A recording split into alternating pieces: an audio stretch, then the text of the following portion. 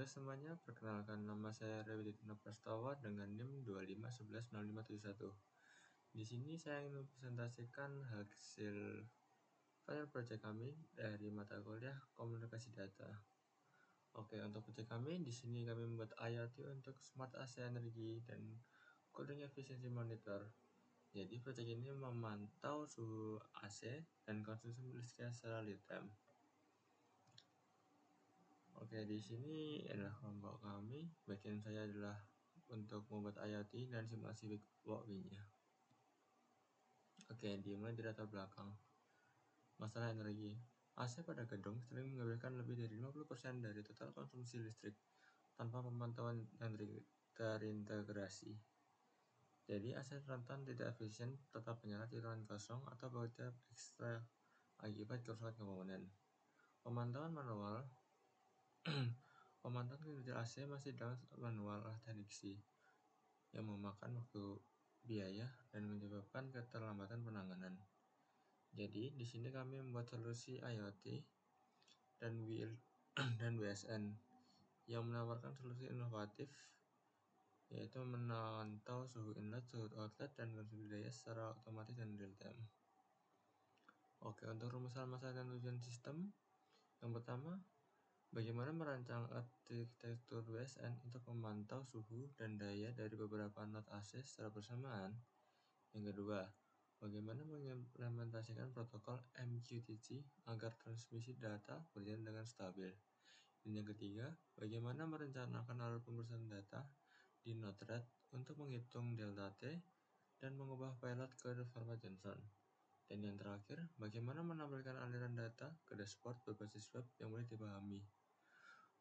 Oke, untuk tujuan sistemnya, yang pertama adalah menyimulasikan monitoring AC berbasis WSN menggunakan walkby dan generator data Python, mengaplikasikan data publish subscribe berbasis protokol MQTT, membangun middleware Node-RED, dan untuk memfilter, menghitung, dan menstandarisasi data ke JSON.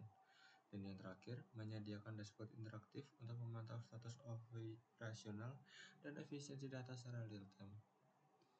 Oke, untuk manfaat sistem KPI, yang pertama adalah manfaat operasionalnya, yaitu memudahkan pengelolaan fasilitas, memantau kondisi dan konsumsi listrik AC secara terpusat tanpa inspeksi manual. Yang kedua adalah masalah efisiensi finansial. Jadi kita meminimalkan pemborosan energi dan menekankan biaya tagihan listrik.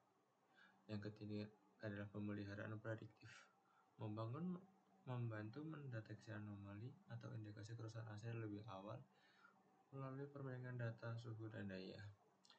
Yang terakhir, manfaat akademis. Secara implementasi praktis teori komunikasi data, topologi WSN, dan manipulasi payload pada IoT, ekosistem IoT. Oke, untuk kebutuhan hardware dan software, yang pertama kita butuh ESP32 yang berfungsi untuk mengontrol mikrokontroler utama pengolahan data. Kemudian adalah sensor DHT22 itu untuk mengukur suhu ruangan dan suhu yang dikeluarkan oleh AC-nya. Yang ketiga adalah potentiometer. Karena kita ini menggunakan simulasi, jadi kita menggunakan potentiometer bukan watt dari AC itu sendiri. Yang ketiga access point, yaitu gateway nirkabel untuk topologi star. Dan yang terakhir adalah PC atau laptop atau aplikasi atau device lainnya untuk menjalankan dashboard dan script.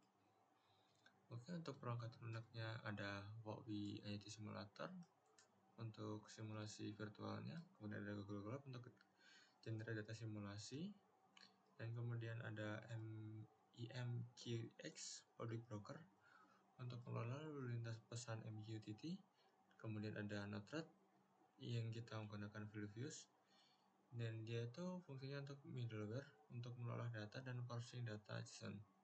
Dan yang terakhir adalah AppEraser.io untuk membuat diagram. Oke, arsitektur sistem IoT.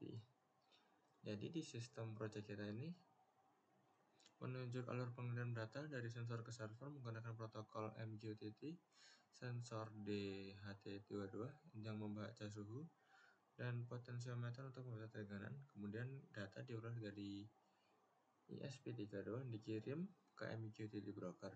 Selanjutnya, Node-RED menerima data dari broker untuk diproses dan diteruskan ke local server sebagai tempat penyimpanan dan monitoring data secara real-time. Dengan arsitektur ini, komunikasi data menjadi lebih cepat, efisien, dan mudah dikembangkan. Kemudian untuk topologi, kita menggunakan topologi star.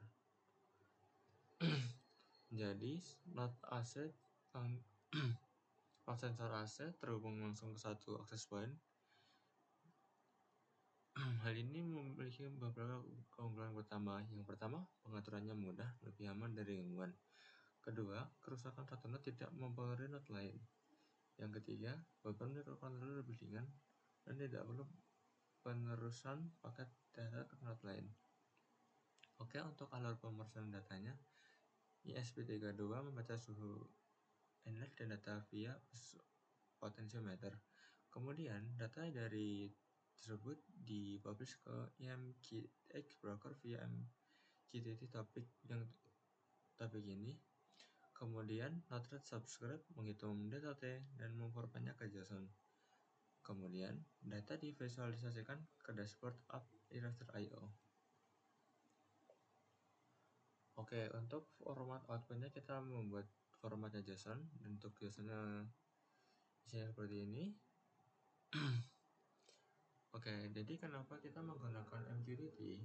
Alasannya yaitu hemat dan pengiriman data bisa secara real-time. Kemudian bisa melayani banyak device, nodes, yaitu banyak akses sekaligus tanpa mencari jaringan. Oke, untuk keamanan data dan pengenangan gangguan. Untuk keamanannya, topik MQTT panjang dan spesifik agar tidak mudah ditebak. Kemudian, klien data unik per perangkat sensor, rencana TLS atau SSL, ditambah autentikasi username password untuk implementasi nyata. Oke, untuk potensi gangguannya, yang pertama ada paket loss, interferensi, load failure, dan latency. Untuk solusinya, QoS level 1 pada MQTT pesan dijamin minimal sekali. Kemudian akses point di posisi terbuka saluran Wi-Fi sepi. Ketiga, kode retry dan exception handler agar program tidak mati total. Yang terakhir, ukuran JSON diminimalkan agar tidak memberatkan jalur. Dan ini untuk tampilan dashboardnya. Jadi ini ada ID device, suhu ruangan, dan ini adalah suhu yang dikeluarkan AC. Kemudian ada watt yang dipakai AC saat ini. Oke, kesimpulannya, sistem monitoring AC berbasis BSN berhasil disemua dengan baik. Protokol MQTT terbukti ringan, efektif menangani komputasi Delta T, dan dashboard app Eraser.io menampilkan data secara interaktif dan mudah dibaca. Untuk keunggulannya, untuk keunggulan IoT kami, jadi yaitu hemat bandwidth, kinerja ESP ringan, tangguh, dan mudah diperluas. Tapi ada juga kekurangannya, yaitu pertama bergantung penuh pada koneksi internet. Belum ada database data jangka panjang, dan brokernya publik tanpa password. Untuk rencana pengembangannya, yang pertama ganti simulasi ESP fisik dan DS sensor T22. Jadi dia itu fisik bukan simulasi lagi. Kemudian ada integrasi database. Ketiga ada notifikasi WA, dan terakhir broker MQTT lokal dengan enkripsi SSL atau TLS. Oke, sekian dari saya. Kalau ada salah kata, mohon maaf. Wassalamualaikum warahmatullahi wabarakatuh.